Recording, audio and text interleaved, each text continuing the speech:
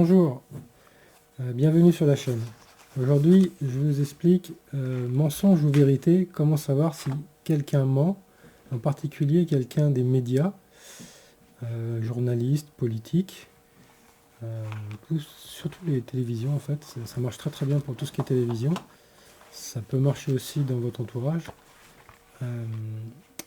Vous essayez d'imiter la personne qui vous parle.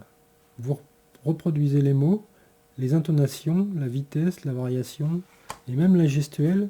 Vous imitez tel un acteur qui mimétise exactement la scène de ce que vous venez de recevoir comme information, dans le but de vérifier si c'est exact. Alors en fait, c'est une manière de se mettre en hyper-empathie.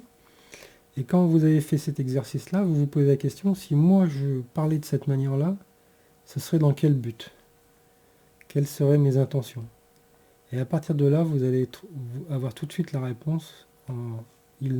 Finalement, il parle, mais il y a une désinvolture dans ce qu'il fait, et l'information n'est pas vérifiée, comme font beaucoup de journalistes, parce qu'ils arrivent à l'antenne et ils ne savent même pas ce qu'ils vont dire. On leur dit bah, vous dites ça, et puis ils le disent, et ils n'ont jamais vérifié si c'était exact en fait.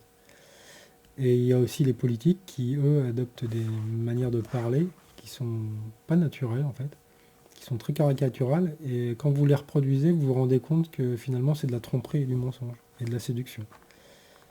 Alors c'est pas toujours le cas, mais vous allez voir, il y a pas mal de mensonges qui peuvent être levés par rapport à ça.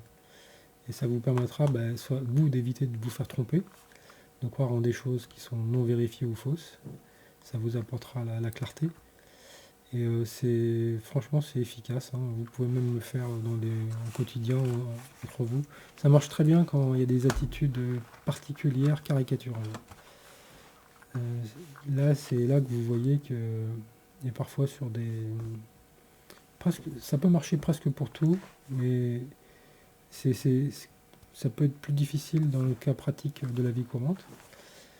Mais par contre, pour les médias, c'est extrêmement efficace. Vous imitez la personne, vous réfléchissez, si moi je parlais comme ça serait dans quel but? Et puis tout de suite, vous allez avoir la réalité de l'intention de la personne qui vous parle. Voilà. Moi aujourd'hui, c'est très court, mais c'est suffisant pour que vous ayez la vérité. Voilà. Salut!